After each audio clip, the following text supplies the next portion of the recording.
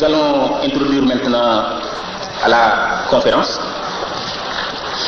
Nous vous présentons le professeur Sambay, qui est un islamologue, un professeur de lettres, qui est un éminent chercheur et qui a tant œuvré aussi en même temps pour la vulgarisation des œuvres de Cheikh Ahmadou Bamba. Nous pouvons dire qu'en matière de vulgarisation de Cheikh Ahmadou Bamba, il constitue le fer de lance dans ce combat. C'est pour cela que nous avons jugé effectivement que sa présence parmi nous est nécessaire, car il peut être notre ambassadeur, l'ambassadeur même de Cheikh Ahmadou Bamba auprès de vous, pour vous faire valoir la pensée et l'œuvre notamment du Cheikh, ce que véhicule l'œuvre du Cheikh, le message que véhicule effectivement les écrits, la pensée et l'action du Cheikh. Bismillah.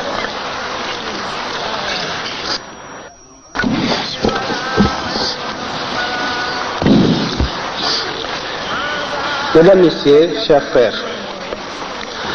l'humanité a besoin aujourd'hui plus que jamais d'exemples vivants qui exaltent les esprits et permettent de regarder de plus haut un monde matérialiste, inquiet, partagé entre la crainte et l'espoir, avec des ambitions démesurées d'hommes ayant perdu le sens des réalités et qui, sans apprendre à dominer sa passion, ont dominé la nature grâce à la progression dans la science et dans les techniques. Le monde traverse une crise, non seulement spirituelle mais métaphysique, nous dit-on.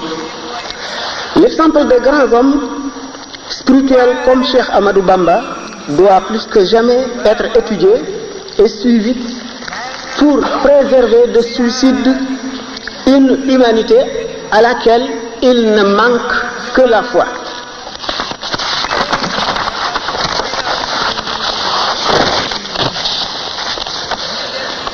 L'adolescence d'un être hautement spirituel, comme accablé sous un poids écrasant et mystérieux, pressé d'une soif ardente et d'un désir insatiable, tout comme si on lui avait confié la garde des secrets du ciel et de la terre.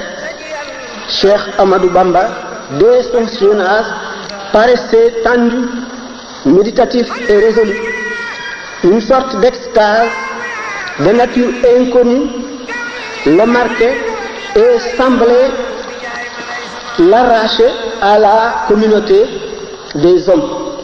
Toujours modéré et grave, on lui remarquait parfois des accès de frénésie et de profonde méditation accompagnés d'ardeur, d'effervescence. Ce phénomène est appelé dans les milieux soufis al-walahan. Cet état caractérisait l'apparition à une élévation spirituelle privilégiée. Cette soif effrénée de Dieu était par un secret déposé au fond de son être qui le secouait en sollicitant son plein assouvissement. Bien d'autres choses le distinguaient encore. Il était exceptionnel dans ses désirs, exceptionnel dans ses préoccupations, dans sa conduite et dans son comportement. Tout son temps, nuit et jour, rempli d'activités pieuses, on lui reconnaissait dès cet âge lucidité, détermination, détachement total des biens de ce monde. Bref, la totalité des qualités qui sont l'apanage des grands saints, non toujours par intuition, mais très souvent par un don gracieux de Dieu.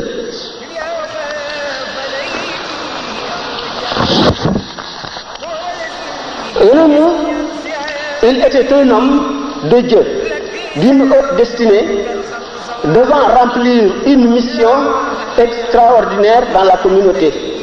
Le minhaj de Al-Ghazali avait déjà attiré son attention et brûlant d'une ardeur céleste, il se mettait à son application. C'est pour cette raison que l'on peut dire qu'après son père, Al-Ghazali a été son premier initiateur. C'est par ses ouvrages qu'il s'est fortement familiarisé avec le soufisme. C'est bien ce Ghazali qui lui a tracé le chemin, attirant son attention sur les difficultés du parcours. Soit, plus un but est élevé et noble, plus l'accès en est difficile, le chemin est long et les étapes nombreuses.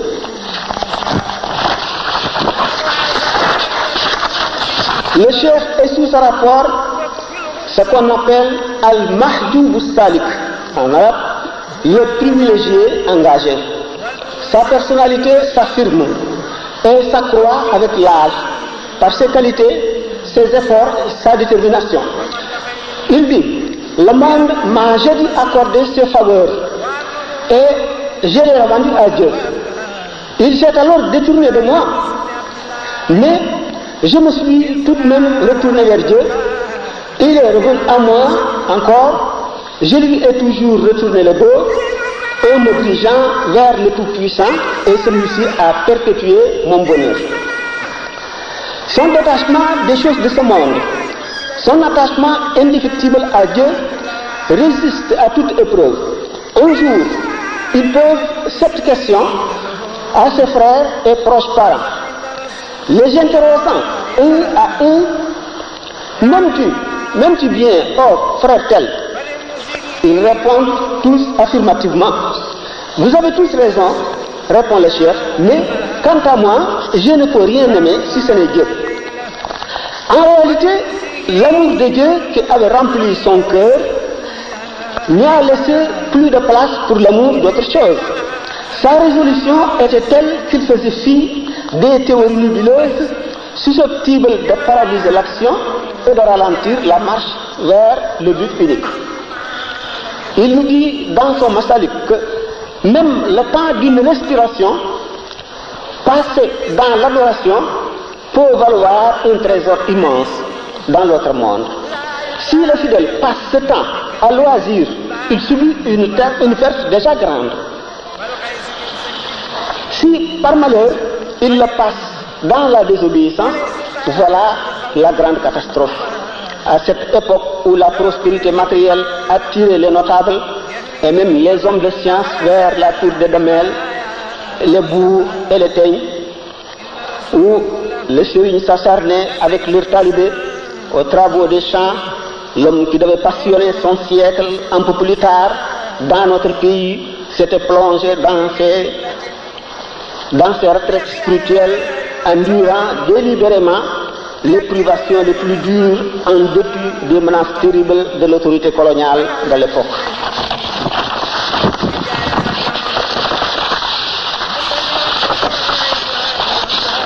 Retentissement. Son apparition sur scène suscite un étonnement général, voire un bouleversement. Sa grandeur écrasante, son ascendance sur la masse et le crédit dont il jouissait auprès de tous inquiétait aussi bien l'autorité administrative que les hommes de prestige. Cela parce que, étant des rares personnes dont l'apparition semble un accident au cours de l'histoire, le milieu d'érudits et de grands ascètes où il vivait ne revenait pas de sa stupéfaction. Les esprits se livraient à leur jeu de conjectures et d'interprétation au sujet de ce surhomme. Ceux qui se sont donné la peine d'aller le voir se sont rendus à l'évidence. Mais les réfractaires se contentèrent de mettre à distance ces hypothèses fragiles et gratuites. Néanmoins, la ruée éperdue continuait vers le grand chef, ce qui n'a pas tardé de porter ombrage au cœur des jaloux parmi les chefs temporels et de faire parler des envieux. Certes, ce prestige peu commun est de nature à gêner les figures de proue et d'inquiéter, comme je viens de le signaler, l'autorité et le conflit constituent un exil, aboutit à un exil. Mais ce revers de la médaille constituait en réalité un précieux service. C'est l'occasion qu'il souhaitait pour se consacrer corps et âme au service du Tout-Puissant. Solitude de l'homme supérieur. À son début, un peu contrarié par la foule chaque jour grandissante des postulants qui affluaient vers lui, le cheikh faisait des escapades prolongées de plusieurs semaines. Pour se livrer en toute liberté à ces méditations religieuses, ces enquêtes et recherches qui allaient bon train n'aboutissaient pas à grand chose très souvent. On le découvrait souvent à bout de patience sur l'emplacement actuel de Touba, sa ville préférée. Il n'y avait là, nous dit-on, à l'époque, qu'une forêt touffue où peu de personnes osaient s'aventurer. Dans cette parfaite solitude qui lui convenait à merveille, il se vouait au culte exclusif de l'auteur de l'univers, qu'il avait choisi par sa bonté et lui avait réservé la faveur de servir le prophète Mohammed, alors que le reste du monde était figé dans leur vie traditionnelle au respect le plus profond de l'usage commun. Le jeune ascète forçait l'admiration de tous, particulièrement les érudits et les grands adorateurs de Dieu qui le ravissaient le plus. Tous les pays parlaient de lui.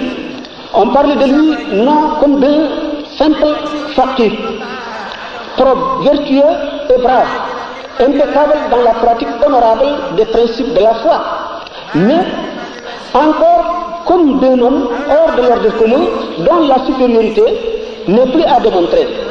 Là, ses détracteurs l'ont taxé d'insensé, d'aliéné et d'ambitieux, parce qu'il était différent d'eux, foncièrement différent. Les prophètes ont avant lui subi le même sort. C'est traditionnel. Ses qualités. Cheikh Ahmadou Bamba, esprit supérieur, devait en outre s'armer de toutes les belles qualités du monde qui distinguent un homme spirituel de grande classe. Pour dissiper les ténèbres intenses qui enveloppaient la société de son temps, et en particulier le Bawol au Sénégal, il lui a fallu un génie exceptionnel, en plus de sa wilaya, pour effacer de leur cœur la haine, l'orgueil, l'ambition, le goût de la domination, l'indifférence à l'égard de la vie future, etc., etc. Cela pour faire d'eux des frères unis et convaincus, prêts tout le temps à sacrifier tout intérêt, prêts à immoler toute passion et même le repos et la vie à sa cause. Son pouvoir de pénétrer le secret de l'interlocuteur, d'aller directement à son cœur, le climat de sainteté qu'il avait créé d'emblée, sa force de persuasion, ses rares qualités de cœur et d'esprit, voilà un des aspects qui sont à l'origine de sa grandeur. Il reste, hormis cela, bien entendu, un mystère insondable. Au-dessus de toute spéculation, nul ne perce ce secret qui distingue le cheikh des autres mortels. Ce secret écrasant qui opère le miracle, qui épure les cœurs les plus enclins au mal et les dompte, qui transforme le mal en bien, qui élève et exalte. Ce pouvoir extraordinaire qui exerce sur les âmes, sur les esprits et sur les choses mêmes, et qui va chaque jour grandissant, est une des merveilles de Dieu.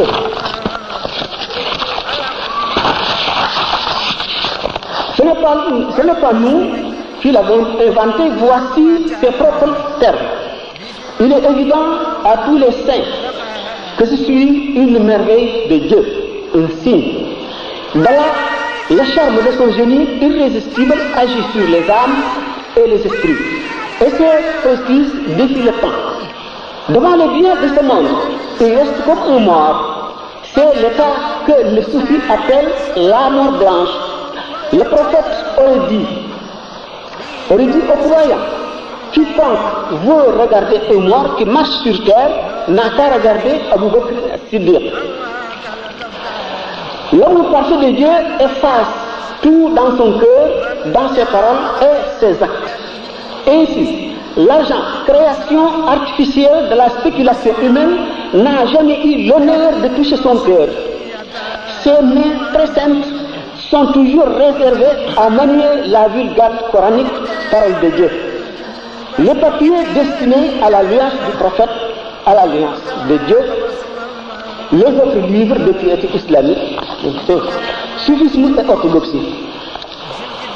Al-Hallaj, un soufi parmi les anciens, avait dit: gloire à moi, ce vêtement que je porte ne contient que Dieu. Et notre soufi, ivre de cette fameuse boisson, dit: le vin est pur et clair, le récipient transparent, ils sont indiscernables, prenant une seule et même forme, une seule et même couleur, la confusion est totale. Y a-t-il un verre donc sans vin, ou bien du vin sans verre? J'ai tabagelé et j'ai posé des questions. Il est égaré dans l'état qu'il sent en lui. Il ne sait plus s'il constitue un Dieu ou s'il est un adorateur de Dieu. Cela est une réalité qui existe bien et qu'on peut bien expliquer, puisque l'homme, quand il est anéanti un Dieu, il ne sent plus que Dieu, il ne pense plus qu'à Dieu, il ne se rend plus compte de l'existence des autres œuvres. Donc pour lui, rien n'existe si ce n'est Dieu. C'est Dieu seul qui existe. Donc il se confond à Dieu, il a perdu même sa conscience de son existence lui-même. Alors, mais sans incarnationnisme ni union réelle, le soufi exprime. Quand il est désabusé, il voit bien l'essence à travers son ciel. Par sa basira, et là, sous la plénitude du sentiment de la réalité poignante, les mystiques ont besoin toujours de se soulager et ils recourent souvent à ce qu'on appelle les fatahat. Quand ils expriment les profondes réalités qu'il sent en lui-même, quand il s'exprime en ne distinguant plus sa personne de celle de Dieu, il parle comme si Dieu parlait. En ce moment-là, celui qui ne le comprend pas croit qu'il s'attribue les attributs de Dieu et sa puissance. Or, il n'en est rien. Mais c'est un état fixe qu'il faudrait comprendre. Donc, quand il est dans cette situation, il est considéré comme le calife de Dieu sur terre, donc il prend la place du prophète Mohammed. Quand il parle parfois, il parle de Dieu, parfois il parle du prophète. Mais tout en parlant de l'un de ces deux, il ne parle que de lui-même. Mais il semble parler de lui-même, mais il ne parle que d'eux. Donc, mais les hommes qu'on appelle archétypes sont Al-Insan al-Kamil. Al-Insan al-Kamil, c'est l'homme parfait de Dieu, celui-là. Quand il s'exprime, il ne s'exprime qu'après avoir reçu l'ordre de Dieu. Il était pour se déjacter, sous un poids écrasant. Il ne sent plus sous le poids son existence et il ne peut rien distinguer. C'est pourquoi il faut toujours excuser quand il parle de cette manière.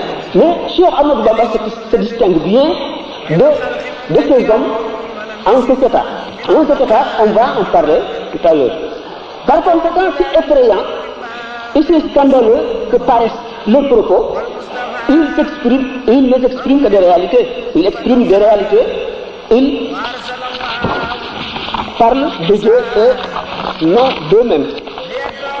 Cheikh Ibrahim Abdesouki, à la suite d'une déclaration difficilement croyable pour les profanes, ajoute: ce n'est ni par orgueil, ni par prétention, ni par vanité que j'ai tenu ces propos, mais j'ai reçu l'ordre d'éclairer les créatures sur ces célestes vérités, afin qu'on connaisse ma voix. Les paroles de Cheikh Abdul Qadir sur ce point sont suffisamment célèbres.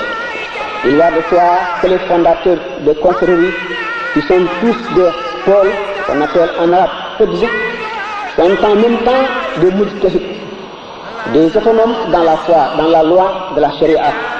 Ils sont tous orthodoxes, mais comprenant fort bien l'esprit de l'islam et loin de s'attarder sur des formules controversées ou de s'enfermer dans les spéculations livresques qui divisent les adeptes et posent des cloisons entre eux, ils ont saisi le sens réel et profond du livre saint qu'ils appliquent rigoureusement. Cheikh Ahmadou Bamba est l'orthodoxie. Ainsi, Cheikh Ahmadou Bamba, exprimant la générosité de Dieu envers lui, ce qui pour lui est une obligation, parle comme ses frères Qutb. Ses propos sont clairs et sans équivoque pour le lecteur, tant soit peu initié à la mystique musulmane. Le profond respect du Cheikh pour l'orthodoxie se manifeste dans tous les aspects de sa vie. D'abord, dans sa ferme volonté de suivre rigoureusement le prophète de l'islam dans sa vie entière, plus même que ne peuvent le faire les littéralistes de la communauté, qui se veulent le plus étroitement littéralistes parmi les... Dans ses poèmes, destinés uniquement à célébrer les bonnes grâces de Dieu envers lui, on ne relève trace de ces shafahat ni de ces tamat qui puissent effaroucher un vrai soufi. On fait souvent cas à ce sujet des propos d'un halaj, langage hermétique du Cheikh suprême Al-Hatimi. Cheikh Ahmadou Bamba réfute toutes les sectes hétérodoxes. Voir son ouvrage, le faisceau de lumière, Majma'un Nouraini. Certes, les Qutb ne se fichent nullement dans une seule secte, mais ils ne sortent jamais de l'orthodoxie représentée dans l'islam par les 4 écoles bien connues de Malik, de Shafi'i, de Abu Hanifa et de Ahmad ibn Hanbal. Aussi même dans le cas où notre chef, par occasion, sort du rite malékite, il ordonne à ses disciples de ne jamais en sortir et de ne pas imiter lui-même. Voilà sa réponse à une question relative à ce sujet. Il dit, au nom de Dieu, le clément miséricordieux, paix, miséricorde et bénédiction sur vous tous, ô postulants sincères, ô toi qui es sympathique, qui est poli, quant à ce qui concerne la question de Basmala, je vous ordonne à vous tous de rester dans la doctrine malékite. C'est une doctrine droite et juste.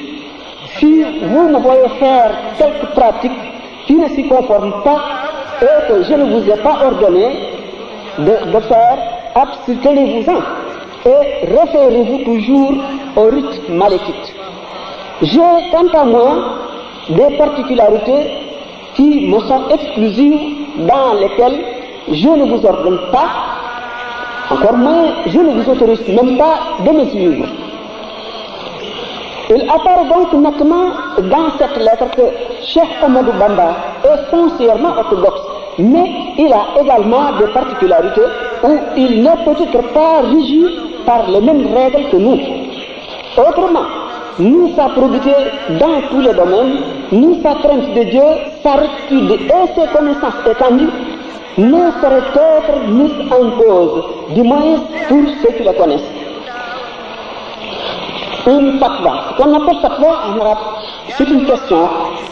Quand une question pose et que les fuqaha ne sont pas à même de donner des réponses satisfaisantes, on s'adresse à celui qui est considéré comme mufti, celui qui a le privilège d'avoir, celui qui a le privilège d'être au-dessus de ces fuqaha et vers lequel les fuqaha tournent pour leurs difficultés chaque fois que l'occasion se présente.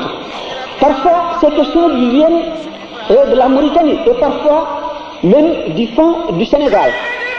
Cette fatwa en question n'est venue ni de la Mauritanie ni du Sénégal, mais dans les territoires sur la frontière entre le Sénégal et le Mali. Des gens qui peuvent être considérés comme des Maliens ou comme des Sénégalais.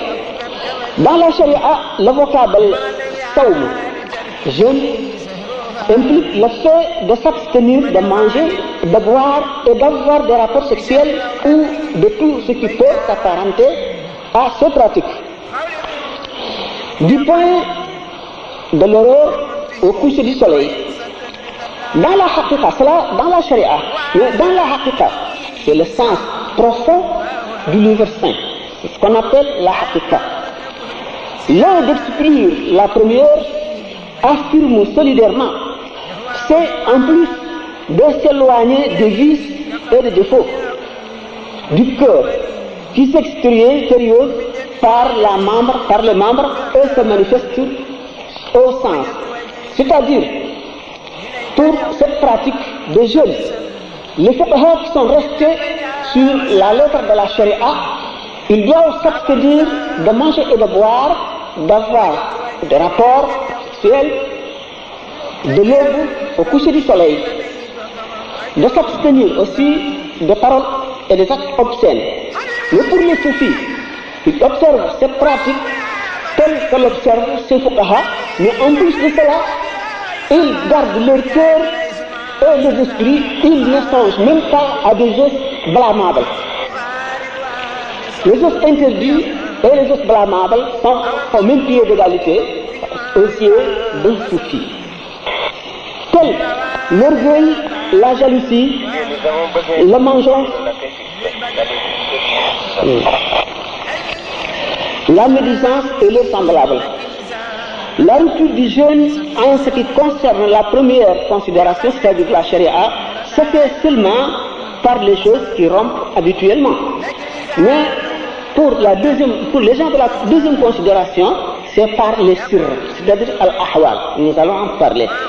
Les gens de la haqiqa, c'est-à-dire du sens profond de la charia, ces gens qui l'observent sont les gens de la haqiqa.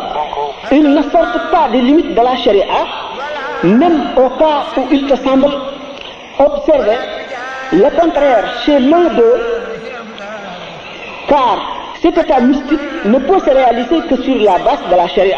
Donc il est nécessaire d'observer la charia et la haqiqa, les deux à la fois. Lui, dans le Coran, il y avait derrière eux un souverain qui réquisitionnait de force toutes les embarcations. Il parle de Sayyidina al-Khadir, sa rencontre avec Moïse, le prophète Moïse. Puisque Moïse était un prophète envoyé aux gens, donc garde de la charia, il empêche les gens de transgresser la loi tout à fait extérieure. Il observe, il préserve les membres, les pratiques interdites. Mais pour le second, qui est Sayyidina Khadir, qui est Sirri, celui-là, il a ses lois qui sont propres, des lois qui sont intérieures. Les lois qui lui viennent directement de Dieu, bien qu'il ne soit pas prophète, mais c'est un saint, un valide. Celui-là faisait des pratiques que Moïse ignorait bien. C'est pourquoi Moïse ne pouvait pas lui tenir compagnie. Parce qu'étant prophète, il ne peut pas se faire devant certains faits qui lui semblaient maudits par Dieu. Mais pour l'autre, il regarde toujours la suite des choses. Il voit le futur, il voit le temps à l'avenir et ce qui se passera. Et pour les empêcher, il se permet, il reçoit même l'ordre d'empêcher des choses qui sous un dehors, par exemple, d'injustice. Comme lorsqu'il avait brisé l'embarcation, alors des maquis qui l'ont aidé à traverser le fleuve. Quand il a frappé à mort un enfant, et puis quand il a redressé une tapa, elle s'est inclinée. Alors que tout ça, il y avait toujours des raisons, mais des raisons suprarationnelles que Moïse peut-être ne comprenait pas, mais qu'il comprenait lui. Alors c'est pourquoi, devant ces pratiques, Moïse se révoltait et lui posait des questions, alors qu'il faisait partie des conditions qu'il avait posées pour que Moïse puisse lui tenir compagnie, de ne lui poser aucune question. Mais Moïse ne pouvait pas patienter. La voie mystique. La mystique musulmane n'est ni un simple mode de vie, ni un but en soi, mais un moyen pour parvenir à saisir les réalités profondes du livre sacré et de se rendre au voisinage de Dieu, le Très-Haut. Elle permet à l'homme d'accéder au bonheur éternel. Les principes du soufisme sont formulés et symbolisés par un long et dur voyage. Les soufis doivent parcourir ce chemin, le mener à terme pour atteindre le but suprême qui seul motive toutes leurs activités. Nous nous disposons volontiers a évoqué ici les principes fondamentaux du tasawwuf ainsi que les nombreuses controverses suscitées à son sujet. Notre cheikh a écrit, c'est-à-dire Cheikh Ahmadou Bamba, a décrit ce voyage dans son ouvrage intitulé Huqqa al-Bukaa'u. Les incantations, le combat rude et interminable contre l'âme charnelle, contre les 4 éléments terribles et dangereux résumés au Ghazali, celle de l'imam Al-Junayd, de Qutb Cheikh Ahmed Bamba. Selon Cheikh Abdul Qadir, il faut réunir la générosité d'Abraham, l'ami de Dieu, la satisfaction de Ishaq, qui avait accepté d'être immolé quand son père avait reçu l'ordre de Dieu de l'immoler. C'était une épreuve à laquelle on l'avait mis. Puisque le cœur doit être toujours réservé au Dieu. À plus forte raison, celui d'un prophète. Abraham aimait son fils Ishaq ou Ismaïl. Parfois, il pensait à lui. Or, Dieu étant très jaloux de ce cœur, lui avait donné l'ordre de l'immoler, afin de le mettre à l'épreuve, de les mettre les deux, le père et le fils, à l'épreuve. Ce père qui aime tendrement son enfant, accepte-t-il, pour un simple ordre, d'immoler son fils, c'est-à-dire de l'égorger? Est-ce que ce fils accepte-t-il d'être sacrifié pour l'amour de son père? Oui, l'un et l'autre sont des prophètes. Il accepte non seulement ils acceptent, mais ils ont voué à Dieu une culte exclusif et il faut aussi l'agrément de Dieu. Donc la longanimité des Job, le signe de Zacharie, la solitude des gens. Vous comprenez, vous connaissez bien Yahya, Jean, la vie de l'homme de Moïse. C'est donc un ascétisme, l'existence errante de Jésus-Christ. Celui qui n'avait ni habitation, il n'avait ni richesse, il n'avait pratiquement ni père ni mère, il errait. Les gens le suivaient, il les exhortait à la patience, à la croyance. Les Juifs le considéraient comme un agent de divergence, l'ont sujet et l'ont condamné à mort.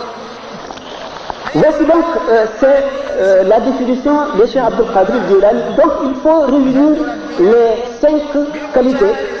Ces 5 qualités dont chacune appartient presque en exclusivité à un prophète. Il faut les réunir en soi. Voici la définition donnée par Cheikh Ahmadou Bamba dans son itinéraire du paradis. Lui, le vrai soufi, est un savant mettant réellement sa science en pratique, sans transgression d'aucune sorte. Il devient ainsi pur de tout défaut, le cœur plein de pensées justes, détaché du grand monde pour se consacrer au service et à l'amour de Dieu, considérant sur le même pied d'égalité un louis d'or et une motte de terre, semblable à la face de la terre sur qui on jette toute impureté, faisant l'objet de plus durs traitements. Mais malgré tout ce traitement, il ne donne jamais que du bien. Le soufi est donc comparable à un nuage qui déverse partout ses ondes sans discrimination. Le scélérat aussi bien que l'homme de Dieu la foule aux pieds, mais elle reste immobile et impassible. Celui qui atteint ce stade est un soufi, celui qui n'en est pas là et qui se dit soufi est un imposteur. Le soufisme du Cheikh Ahmadou Bamba.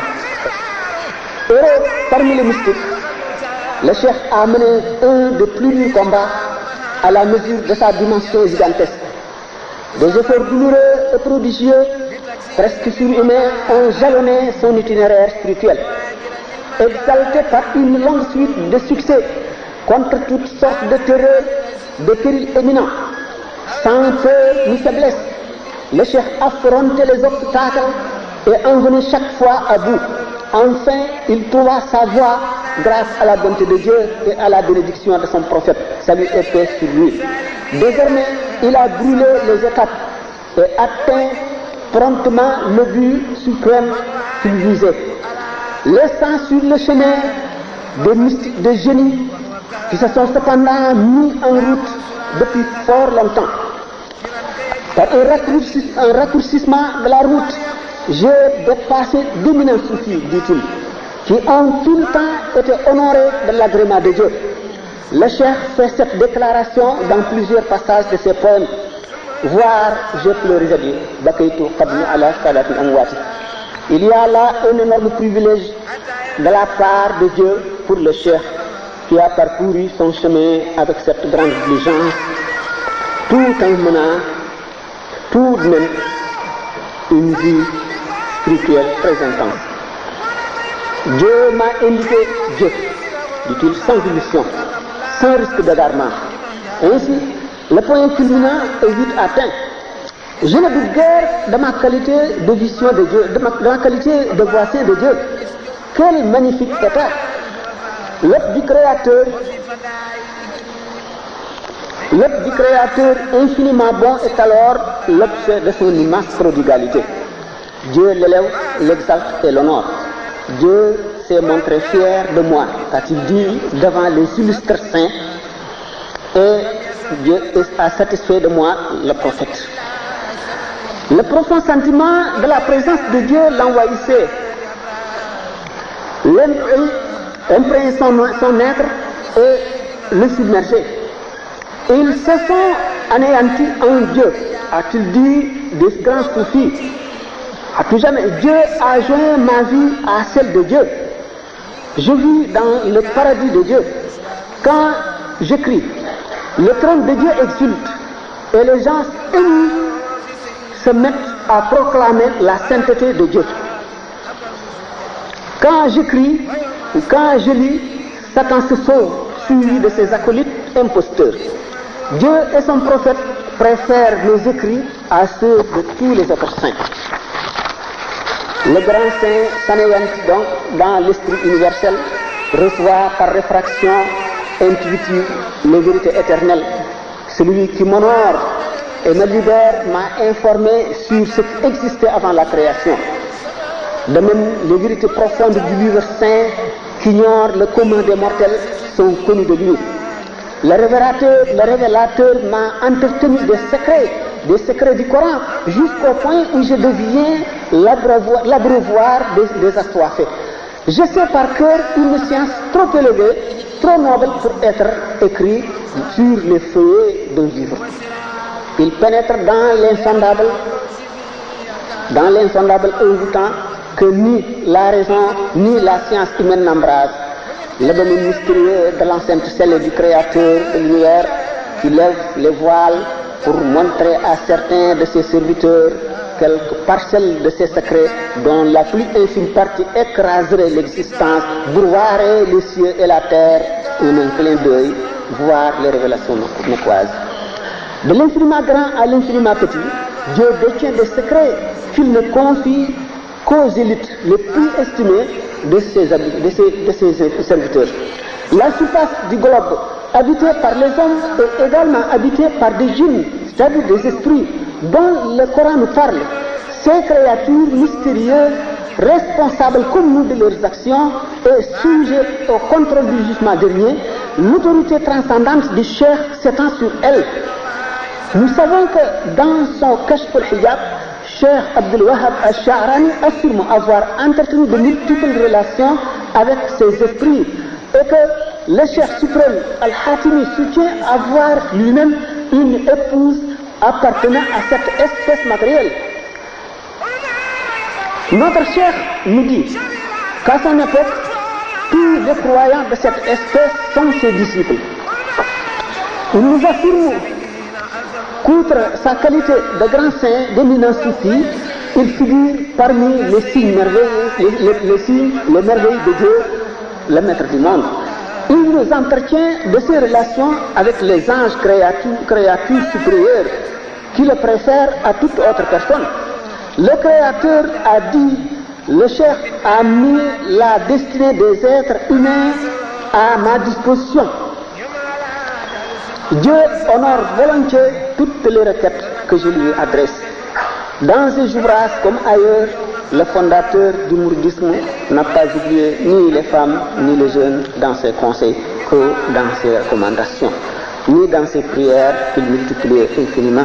Il s'est montré tout près du peuple, qu'il comprenait parfaitement et qu'il comblait dans sa haute bienveillance.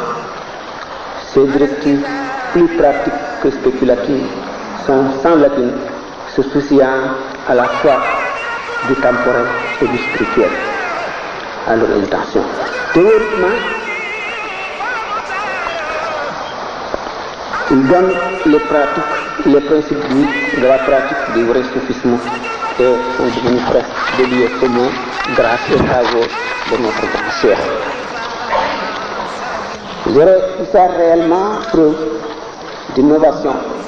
Déjà au 5e siècle de l'Hégire, Al-Ghazali nous disait qu'il était persuadé que si l'on additionnait la raison de tous les êtres doués de raison, la sagesse de tous les sages et la science de tous les savants informés des secrets de la loi, ceci dans le but de modifier quoi que ce soit dans la conduite des soufis et dans leur caractère pour le remplacer par autre chose de mieux, il serait impossible car tous leurs mouvements dans l'apparence et dans le corps intérieur sont guidés par la lumière de la prophétie. Or, il n'y a pas au-delà de cette lumière aucune possibilité pour s'éclairer sur la terre. Mais l'originalité du cheikh, plus forte qu'on ne le devine, se manifeste avec éclat dans son expérience personnelle, dans sa méthode d'éducation, dans ses possibilités de manifester la toute-puissance de Dieu et de sa grâce envers lui, lorsqu'il exprime les dons immenses et innombrables dont il est bénéficiaire. Le grand cheikh, pour ainsi dire, a deux aspects fondamentaux, ésotériques et exotériques. Au mieux, deux voies publiques et privées. Au sein du mysticisme même, cette dualité existe. Dans son œuvre juridique et même mystique, lorsqu'il écrit pour le public, c'est selon cette voie établie depuis Malik et Junayd, mais c'est en la serrant de plus près, par-delà son éducation, dans ses procédés de tartiya, que nous nous rendons compte des miracles opérés par le cheikh. Là, ceux qui n'ont fait que le lire dans ses ouvrages écrits perdent le chemin et s'égarent. Ses vrais disciples, eux, n'ont de lui que cet aspect. Mais c'est là où s'efface entièrement à leurs yeux sa condition d'homme. Et en lui, ils ne voient plus que le divin. C'est là qu'il faudrait chercher le cheikh. Il faudrait chercher Cheikh Ahmadou Bamba, car c'est là accorde la plus grande place à la réalité vécue. D'autre part, pour comprendre même l'aspect le plus superficiel du Khadim Rasoul, il importe de suivre rigoureusement l'évolution de ses actes et paroles, de ses relations, même suivant les étapes de sa voie intime. Cette chronologie est absolument nécessaire. Le père spirituel, foyer de sagesse et de science d'origine divine, le grand chef spirituel forme une élite remarquable qui se distingue par la sagesse, la science ésotérique et exotérique, par la politesse ainsi que par toutes les hautes qualités morales et spirituelles, tels Amadou Lamine Diop Dagana, Amadou Lamine Gaye Djamoy, Cheikh Hassan Ndiaye, Cheikh Amsatou Diakhaté, pour ne citer que ceux-là. Le cheikh détient dans ce domaine un secret infaillible. Ses méthodes se diversifient infiniment suivant les cas et les personnages à éduquer. Et quoi? Sa simple présence, sa simple vision produit sur le postulant un effet bénéfique. Ghazali nous parle d'un homme sur qui un simple regard porté constitue pour celui qui le regarde une œuvre pure. Hormis l'exemple vivant qu'il offre, sa présence inspire à l'observateur la crainte de Dieu, le détachement des choses d'ici-bas, l'amour de Dieu et de notre monde. Actes, paroles, regards, bref, tous ces mouvements, tous ces gestes offrent des sources d'édification. Ces paroles allaient directement dans le cœur. Il traçait des schémas explicatifs des signes saturés de signification résumant toute la sagesse théorique et pratique illustrée par des exemples les plus vivants. L'auditeur en sortait édifié comme s'il avait passé une dizaine d'années dans l'ascétisme le plus fervent. L'atmosphère, le milieu ambiant même porte un cachet spécifique de sainteté qui élève le postulat et l'exalte au plus haut degré. On en sent l'effet à grande distance. Les disciples qu'il a lui-même éduqués en sont une preuve éloquente. Ceux-ci joignent toutes les bonnes qualités à l'humilité parfaite, soucieux de leurs propres défauts et ne voyant jamais ceux des autres, comme s'ils étaient les plus humbles et les plus vulgaires de la terre. La science et les bonnes actions les préoccupaient. La crainte de Dieu les séparait du reste du monde. L'existence d'une si courte durée ne se prête ni à la jouissance ni à la recherche de la gloire. Quelle perte à leurs yeux, que d'ineptie! Ils avaient ouvert leurs yeux sur la nécessité de la garde des sens, sur le regret du temps déjà perdu, sur l'incertitude de l'avenir qui n'appartient qu'à Dieu. Voilà de quoi s'occuper, de quoi veiller et s'activer nuit et jour. Ils méditaient beaucoup, parlaient peu et ne riaient presque pas. Cela enseignait la résolution, car soudain, au milieu d'une conversation, il coupait court les paroles et lève la science brusquement sans crier gare. Et lançait en quittant ce mot ailé: retournez à votre Seigneur. Cette résolution rappelle celle du prophète. Aïcha, que Dieu soit satisfait d'elle, rapporte: l'envoyé de Dieu, se rendant compte que l'heure de la prière s'approche, au cours d'une petite conversation avec nous, nous quitte brusquement comme s'il ne nous avait jamais connus. Leur silence et méditation, leurs paroles et sagesse et leur acte adoration.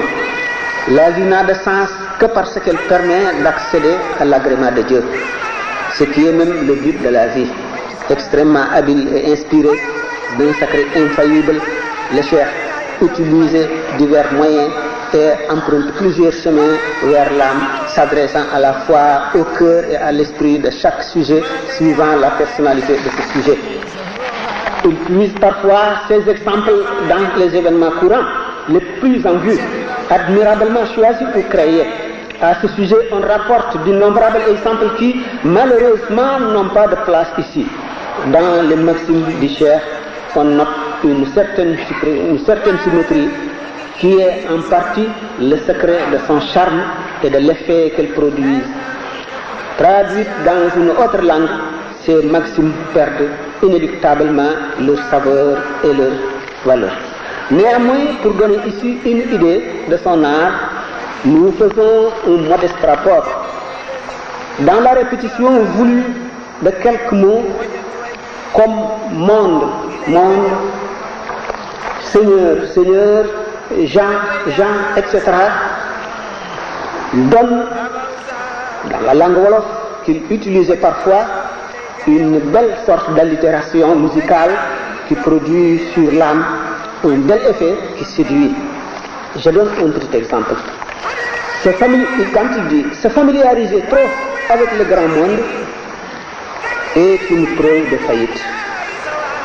Qui se familiarise avec le Seigneur du monde le rend utile aux gens du monde. Celui qui se familiarise avec le monde l'éloigne du Seigneur du monde. Si les gens se dirigent vers toi et que toi tu te diriges en les entraînant vers le Seigneur des gens, le Seigneur des gens vous récompense par le paradis promis aux gens qui craignent Dieu. Si les gens se dirigent vers quelqu'un et que ce quelqu'un se dirige en les entraînant vers son propre intérêt ou vers l'intérêt de ces gens-là, le Seigneur de ces gens les réunit tous en enfer. Cet enfer alimenté par des gens et des pierres. Que Dieu très haut nous en préserve. Celui qui adore un autre que Dieu sentira plus tard qu'il n'y a de Dieu que Dieu. Il continue dans ses maximes. Celui qui adore Dieu selon une voie autre que celle de l'envoyé de Dieu, celui-là sentira que Mohammed, salut et paix sur lui, est l'envoyé de Dieu. Seigneur, fais que ma dernière parole soit il n'y a de Dieu que Dieu et que Mohammed, salut et paix sur lui, est l'envoyé de Dieu. Exhortation. Je peux résister puisque je pense qu'il y a lieu de poser des questions. Il reste deux parties. Là, c'est un enseignement parfait qu'il donne, relevant de la charia et du soufisme. Alors, par cette partie, il y a sa vie à Diourbel, un résumé de sa vie à Diourbel, alors qui constitue le point culminant quand il avait terminé son itinéraire spirituel, et qu'à Diourbel, ayant reçu l'agrément de Dieu et ayant atteint le point culminant, c'est-à-dire qu'il a franchi toutes les étapes, alors sa vie n'avait pas changé, mais son état a changé. On a un peu parlé de ses activités dans sa vie à Diourbel, c'est la dernière partie de sa vie. Alors donc c'est également la dernière partie de la conférence. Après la prière de Tunis, nous allons voir si le temps le permet, on continue. Si on a besoin de sortir, on entame les débats. S'il y a des questions, on pose, que ce soit en français ou en wolof.